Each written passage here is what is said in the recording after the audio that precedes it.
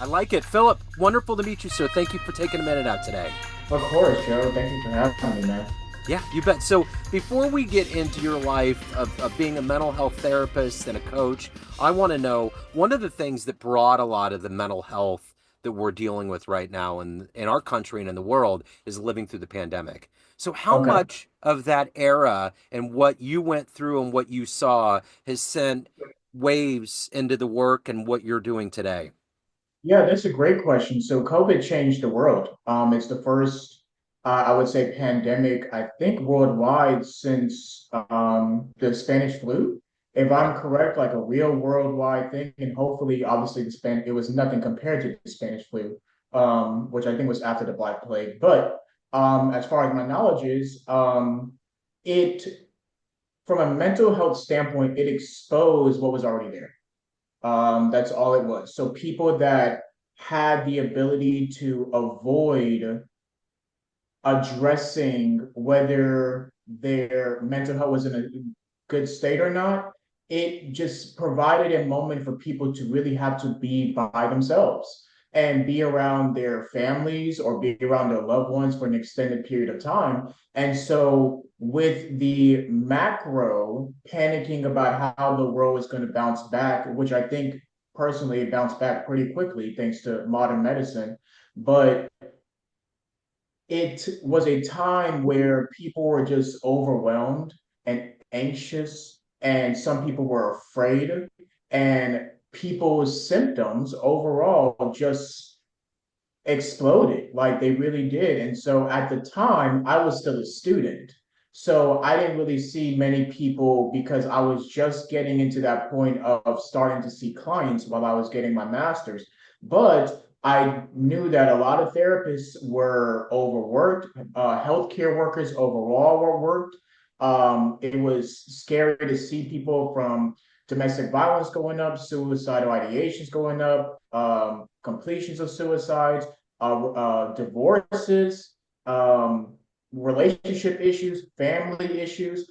All of that was just exasperated for the pandemic. And so now that it's kind of post, it just exposed how important mental health is. And when those numbers really started to go up, it really shows how much people are really struggling, because now you get to see it from the forefront. And then when you get these reports, it really shows the numbers of the battles people have with it themselves.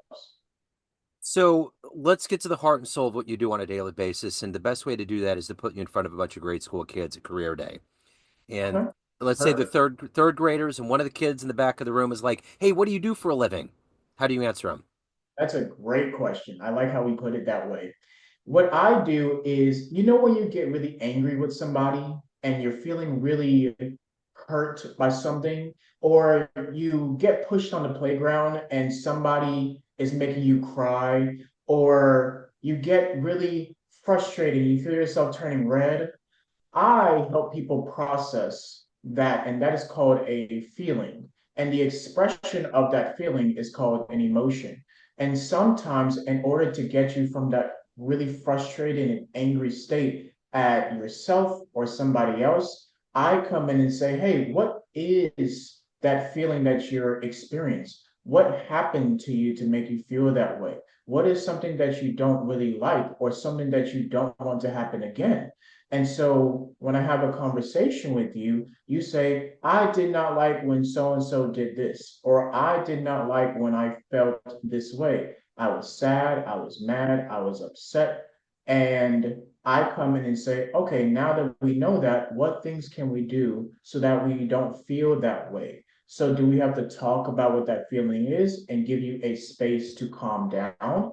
Or do we look and say, hey, let's change some of these behaviors, or let's make this connection with the bully, or let's say that if this happens again, you don't do something so that way you feel negative in that type of way. So that would be something that I do on a daily basis. And I would do that for you guys. I would do that for your parents. I'll do that for your teachers. Anybody that is a human being, I help process that with them. So take me back to your childhood. What were the foundational elements that led you to being a mental health coach? And more importantly, when you were in the third grade, what did you want to be when you grew up? Oh, it's awesome. So I definitely can answer that. I wanted to be in the NBA for Okay. sure. Was an athlete growing up, but I come from a single mom. But my mom was a lot older when she had me. My mom had me at 36. But my mom is Caribbean. My family's origins from the U.S. Virgin Islands, and so with that type of culture, they're not strict, but they have very strong foundation and morals. She wasn't promiscuous. She wasn't allowed to show skin, not necessarily like in a religious way, but just not allowed to show skin. She had a curfew, but my mom was very much a student. She's very high conscientious. She is the foundation and the common denominator with carrying our last name in our family, and she just worked her way through school. She got her master's as well, so she has 3 degrees as well. And because of her being an older mom, I was not brought up, I was raised. And she just instilled these nice principles in me. But there's things that almost I was open to figuring out myself. Like when I would ask a question, she would say, "What do you think?" And when there was a behavior she didn't see, she was like, "We don't do that here." Or if it was, I don't know, maybe a fellow peer who wasn't as fortunate as we were, she would say, "Hey, look, not everybody's as fortunate as we are." And obviously, we were not very fortunate, but there were people that were lower than that. So, understand my privilege that I was in. And so, very much instilling this old soul perspective on how to look in the outside. And because of that, I think I had a natural curiosity about how people behaved. And so it was not my goal to become a therapist. It was definitely about a happenstance. I wanted to go pre med because, unfortunately, I wasn't able to get to the collegiate level with basketball. And then I ended up changing my major twice. And because I didn't get into my second major, which was sports management, I decided based on all the credits coming out of high school with my associates and then my 2 years that I've already been in college, what would get me out here in 2 years? And then I did psychology. And then once I graduated, I was like, you can't do anything with this degree. All I cared about was getting out of college. So I did an audit on myself and said, hey, what do I enjoy? What are my values? What are things that if I was not getting paid for, I would still do?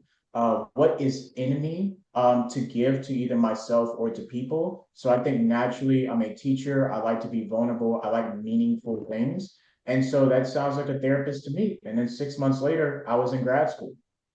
So, did you have when did you know this was your calling? Was it a client? Was it a moment? Was there a mentor? What was the moment where you saw something in someone's eyes that said, "This is what I need to be doing"? Well, I think just over time, I have been able to notice people's pain. People go through a lot of pain, and I've been able to objectively have moments with people that have trusted me and instilled some of their really dark experiences, and not to necessarily judge them at all because of that. So I'm extremely understanding of a lot of things.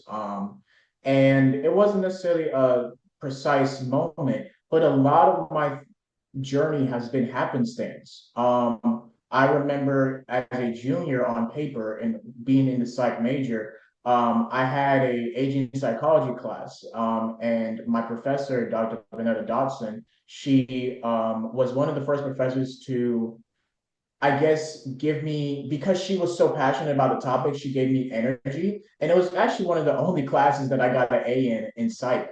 And so after that, we had our birthdays are a couple of days apart. She emailed me and I got an A in her class and really gave a lot of effort. And she said, hey, if you're ever going to go to grad school, I would love to write your recommendation. So I didn't think anything of it. And I was like, okay, that's cool, that's fine. And so I remember when I graduated, I was like, I still have that email. Let me see, because obviously I need references to get me to grad school. And so it just so happens that she helped me 7 times with my um, paper to get to grad school. She revised it and edited and proofread it herself. She wrote me recommendations. She got me an externship. So it's really been a lot of happenstance. That one friend that needed me to talk, that girlfriend that disclosed her traumas before she met me, um, older people that I connected with at the YMCA or at the gym where we just connect on very philosophical or big picture or deep conversations and mature conversations about different topics. All of those things have been happenstance. And so I really have been on my journey doing my own thing. And it just so happens that in the right moment, in the right place, at the right time, in the right class, with the right people, I ended up on this journey. And it just so happens to kind of come together when it was supposed to, but it was definitely not planned at all in any way. So who's your hero? Is it your mom? Yeah, I would definitely say so. I would say that I can't even begin to comprehend the sacrifice that a human being can give to another person. And I would never be able to spend the rest of my mortal life ever being able to repay that back. Like you're talking about somebody who never victimized himself. I've never heard complain. Has always treated me like a prince on this earth. We didn't have a lot, but no matter what, I was loved unconditionally. Has given me many experiences, has given me exposure, has never judged what choices I've made, has always been supportive, like in ways that I can't comprehend of like what goes on in her mind of what that requires to be that sacrificial to a human being. And waking up at 5 o'clock and sometimes coming home at 10 for my life, almost 30 years now, is like I can't comprehend that. And so some people have two parents that don't do even half of that. And I just know that if I were to ask her to give me her heart, she would do it in an instant without question. And so she is somebody who is the thing that gives me the feeling of unconditional love. And I know one day that when her time comes, that day is going to probably be the last day that I ever really experience unconditional love as a human being. So I'm glad that I got that type of mom. So if you can meet anybody alive on the planet right now that you admire that might help you on your path, spend some time with them, ask some questions, who would that be? As a professional, I would say Dr. Jordan Peterson. Yeah. He is just a modern day philosophical expert and psychological expert. And yes, he has a lot of exposure, but I don't think people can comprehend that level of intellect that he has and the way that he can articulate it after being in on the earth for 60 something years. You are born that way. And people think that they're really smart, and there are people that are probably smarter than him, but at least in my field and how he comprehends the bigger stuff in life is something that you have to really be born with. You can try as hard as you can, but if you don't have the neurological pathway and we're born that way to comprehend that stuff and think objectively and so much bigger from religion to philosophy to psychology to sociology to even the medical, he mentioned some medical, like you don't understand how intellectual that man is. And so I hope one day in my own personality as well to get to that level of having been in a field for 40 plus years and be able to articulate myself like that. But if I could sit down with him and have a another mentor in this field specifically for this profession, it would be Dr. Jordan Peterson for sure. So how do you balance this out? Dealing with mental health is pretty heavy stuff, but you are a human being with your own mental health and your own life that you need to evolve into. How do you Yeah. balance all of that out and do it at the best of your ability every day? That's a great question. I think the common question I get is, do I take work home with me? I don't. My personality is extremely high conscientious. I'm very low in neuroticism, which is prone to negative emotions. I'm not really agreeable. I'm very low in agreeableness too. And I say that because as a male in a female dominated profession, you have the ability to give clients more objectiveness in their work. And I'm not saying that female therapists don't do that, but obviously, one of the things that they are born with in value as a female is the compassion and nurturing and emotional awareness that they give children. And obviously, we get the benefits of that as we socialize with them. But with that being said, my style and personality keeps people cared about and allows them to be vulnerable. And I'm very empathetic of what they go through, but it's extremely objective. Your life was painted before you met me. I can't change it. You can't change it. That's something I want you to kind of accept as we work towards improving your mental health symptoms or whatever life circumstances you are going through. But other than that, I'm going home. As soon as we click on those double 0 hours, I'm going home and I'm going to think about you. I'm going to reflect on the conversation. I'm going to sometimes I even send a follow message like, hey, I'm thinking about this. Hey, let's hold on to this. So I'm very much in tune with you.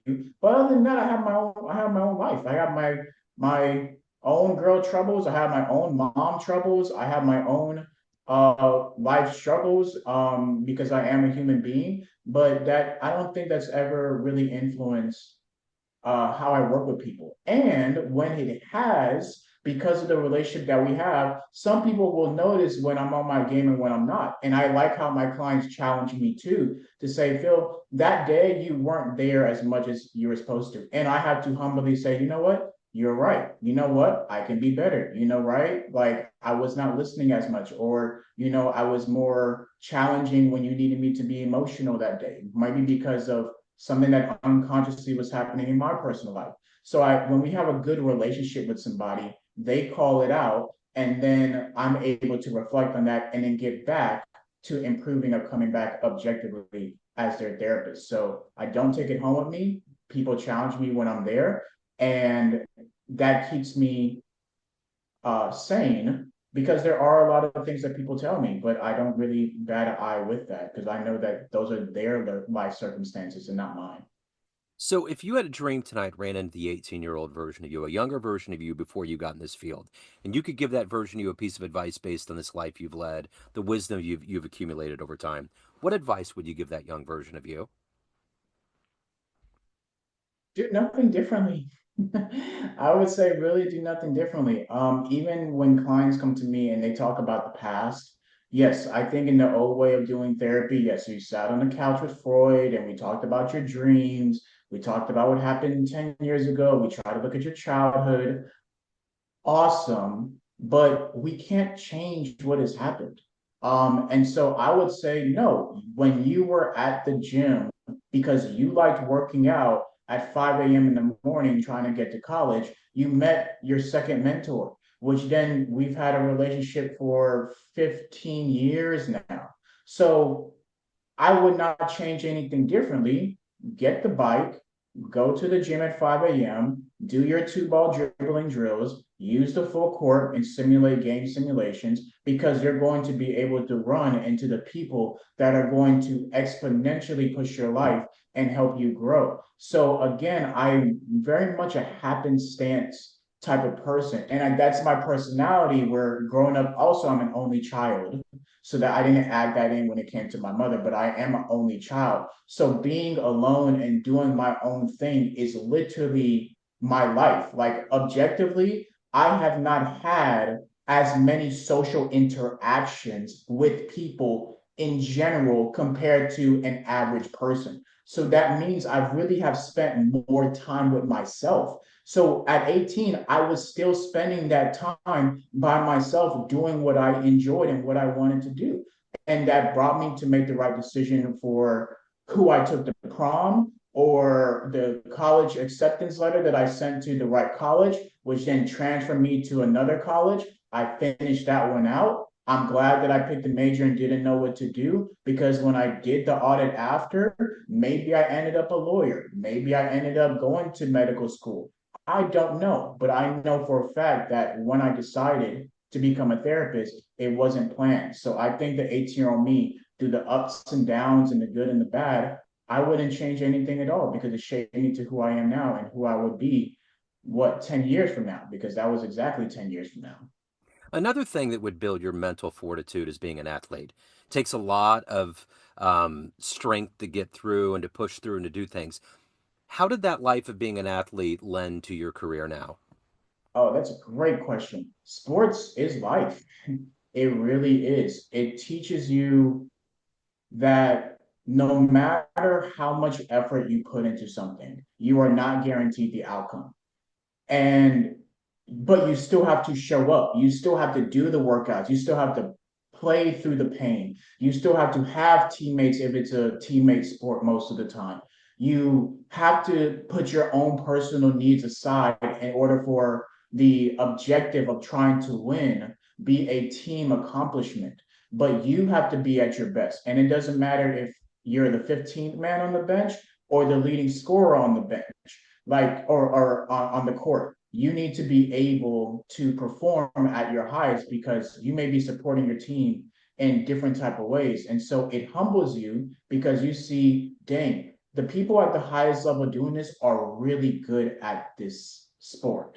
Then also the best teams in the world have to know their roles. And that means that sometimes you don't get the max contract. You're not the star player. You're not the franchise player. You're not the leading scorer. You may need to get one rebound. You may need to be a steal. You may need to be the person that gives the other person rest. So when you look at sports and you notice how much you have to go through in order to accomplish something, there's no way in your personal life that has nothing of the same magnitude to not be able to accomplish the same. So you handle relationships the same way. You handle your romance the same way. You handle your children the same way. Like you have to show up every day, Yeah. not necessarily at 100%, but giving your best effort that day in what capacity you can, because you know in the long run it's going to play out for you and it plays out for other people because it's not just about you. So, like sports is really life, and then you have to take feedback. That's what good coaches is too. Like people don't want to hear feedback on when they're not giving their best effort or when they're not giving their full potential or when they are being a little punk about stuff or a little wuss about things. And you have to ask yourself, like, am I going to succumb to my circumstances or am I going to try to either A, prove somebody wrong or B, step up my game? Because if not, I'm not going to get a chance to play. And then two, I'm not going to grow because I'm going to stay the same. And then there are people in my life that see that potential and want to bring that out of me. And if you're humble enough, even the best athletes in the world have to humble themselves when it comes to that feedback and that criticism. And so getting that from your teachers, your parents, your loved ones, your friends, getting that feedback is just as important because if they have the intentions, they want to make you a better human being. So I think those are the things I definitely learned from sports that I still do to this day, even as I go to the gym or help other people in other capacities. So, if you could get into a time machine and go back in time and see one NBA game, where are you going?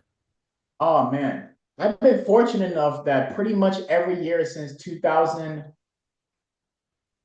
13 when LeBron was in Miami. Yeah. Like that, my mom for spring break, my senior year of high school, we went down to Miami and saw him play in Miami. And that's when Paul George was in his prime too. So, and I pretty much have seen him here in Atlanta every single year since then, if I could. But with that being said, I think I would go back to that Miami game. I think he had 38 and like 12 and 6. And then I think Paul George had like maybe 30 something too. So it was an amazing game in the Miami Heat. They had the flames. You could feel it when they did the introductions and just prime LeBron James. I obviously wasn't born to watch prime Michael Jordan, but I think we just underestimate how much LeBron James has really given to the game of basketball. So I would go back to that game. It was amazing. My mom and I had a good time. It was fun. It was good competitiveness. Basketball was different back then because it was just still like you still had to have a system. It wasn't happenstance and accidental basketball. It was real skill. Prime Paul George, prime LeBron James. It was just amazing. Unfortunately, Dwayne Wade didn't play that game, so that sucked Yeah. because obviously I wanted to see him and Bosh together. But seeing LeBron James in Miami in 2015 was amazing. Like Yeah. it was amazing to see that in person. And I've seen him. I just recently saw him in December when he came here, and he had a triple double too. A 40-year-old man having a triple double, like it's still crazy to this Yeah. day. That So is. yeah, That totally is. So at the end of the day, Philip, everyone has a perception of you, family, friends, clients, everyone that knows you, but you run the show. What's your perception of you? Who do you think you are? Huh? Who do I Great question. Who do I think I am? Hmm. I think that